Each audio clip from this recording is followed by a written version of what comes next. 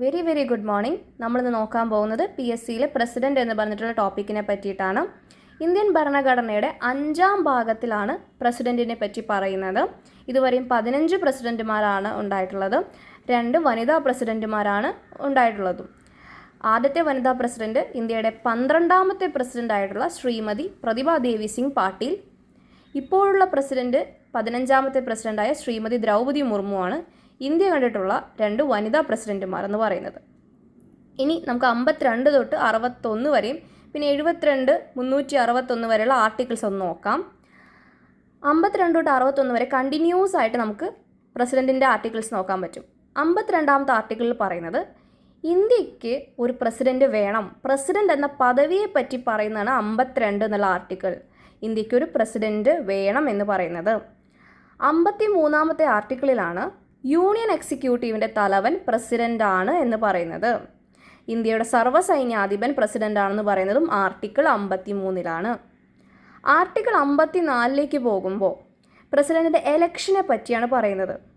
കേന്ദ്ര തെരഞ്ഞെടുപ്പ് കമ്മീഷനാണ് ഈ എലക്ഷൻ നടത്തുന്നത്. അതും ഇലക്ട്രൽ കോളേജ് വഴിയാണ്. ലോകസഭ, രാജ്യസഭ, സ്റ്റേറ്റുകളിലെ നിയമസഭ, ഈ സ്റ്റേറ്റ് എന്ന് പറയുമ്പോൾ അതിൽ ഡൽഹിയും പോണ്ടിച്ചേരിയും ഉൾപ്പെടുവേ. ആ യൂണിയൻ ടെറിട്ടറീസിൽ ലെജിസ്ലേറ്റീവ് അസംബ്ലി ഉണ്ട്. അപ്പോൾ അവിടുത്തെ തിരഞ്ഞെടുക്കപ്പെട്ട MLAമാരും MP മാരും ചേർന്നിട്ട് ഇലക്ട്രൽ കോളേജ് വഴി പ്രസിഡന്റിനെ തിരഞ്ഞെടുക്കുന്നു. അതാണ് 54 പറയുന്നത്. 55 പ്രസിഡന്റിൻ്റെ എലക്ഷൻ രീതിയെ പറ്റി പറയുന്നതാണ്. ആനുപാതിക പ്രാതിനിധ്യം അനുസരിച്ച് സിംഗിൾ ട്രാൻസ്ഫറബിൾ വോട്ട് സിസ്റ്റം വഴിയാണ് അദ്ദേഹത്തെ തിരഞ്ഞെടുക്കുന്നത്. അതായത് ഫസ്റ്റ് പ്രിഫറൻസ്, സെക്കൻഡ് പ്രിഫറൻസ് എന്നുള്ള രീതി അവിടെ വരുന്നുണ്ട്. MP മാർക്ക് പച്ച ബാലറ്റും MLAമാർക്ക് പിങ്ക് ബാലറ്റും കൊടുക്കുന്നു.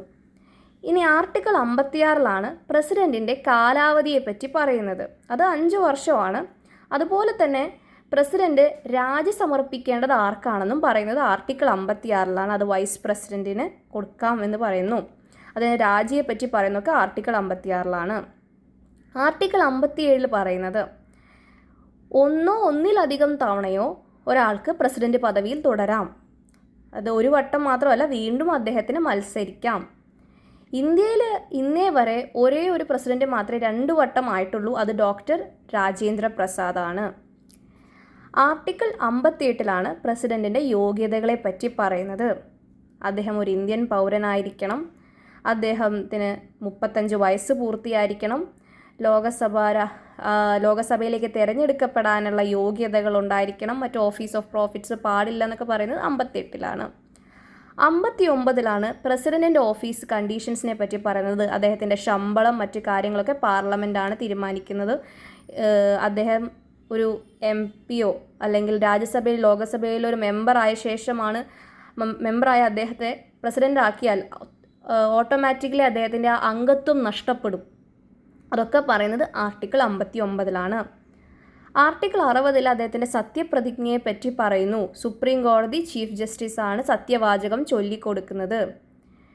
ആർട്ടിക്കിൾ 61 അദ്ദേഹത്തിൻ്റെ ഇംപീച്ച്മെൻറ്റിനെ പറ്റിയാണ് പറയുന്നത്. അതിന് കാരണം ഭരണഘടനാ ലംഘനമാണ്. 2 സഭകളിലും 2/3 മെജോറിറ്റിയിലാണ് അദ്ദേഹത്തിനെതിരെയുള്ള ഇംപീച്ച്മെൻറ്റ് പാസ്സാക്കുന്നത്. ഇന്നേ വരെ ഒരു പ്രസിഡൻറ്റും ഇന്ത്യയിൽ ഇംപീച്ച്മെൻറ്റിന് വിധേയനായിട്ടില്ല.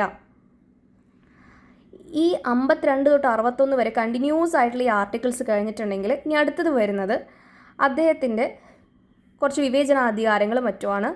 ആർട്ടിക്കിൾ 72ആണ് പൊതുമാപ്പ്.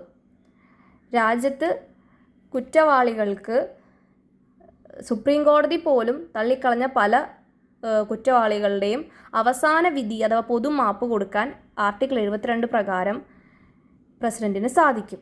ആർട്ടിക്കിൾ 111 പ്രകാരമാണ് അദ്ദേഹത്തിൻ്റെ വീറ്റോ പവറിനെ പറ്റി പറയുന്നത്.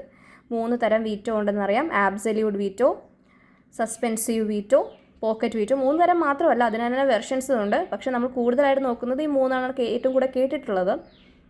അപ്പോൾ 111 പ്രകാരമാണ് വീറ്റോ അധികാരത്തെ പറ്റി പറയുന്നത്. ആർട്ടിക്കിൾ 123 പ്രകാരം ഓർഡിനൻസ് പവറിനെ പറ്റി പറയുന്നു. അതായത് സഭ സമ്മേളിക്കാത്തൊരവസരത്തിൽ അദ്ദേഹത്തിന് പ്രസിഡന്റിന് സ്വയം ഒരു നിയമം എന്ന് പറയുന്നത് നിർമ്മിക്കാം. സഭ സമ്മേളിച്ചതിന് ശേഷം 6 മാസത്തിനുള്ളിൽ ആ നിയമം അത് പാസ്സാക്കണം. ഇല്ലെങ്കിൽ അത് അത് അസാധുവായിട്ട് പോവുകയാണ് ചെയ്യുന്നത്. അപ്പോൾ 123 അദ്ദേഹത്തിൻ്റെ ഓർഡിനൻസ് പവറിനെയാണ് പറയുന്നത്.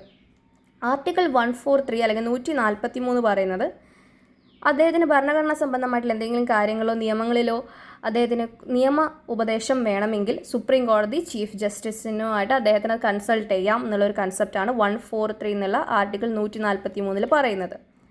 ആർട്ടിക്കിൾ 361 അല്ലെങ്കിൽ 361 പറയുന്നത് അത് പ്രസിഡൻറ്റിന് അദ്ദേഹത്തിൻ്റെ പദവിയിലിരിക്കുന്ന ആ ഒരു സമയത്ത് അദ്ദേഹത്തിനെതിരെ സിവിലോ ക്രിമിനലോ ആയിട്ടുള്ള ചാർജസ് എടുക്കാൻ പാടില്ല.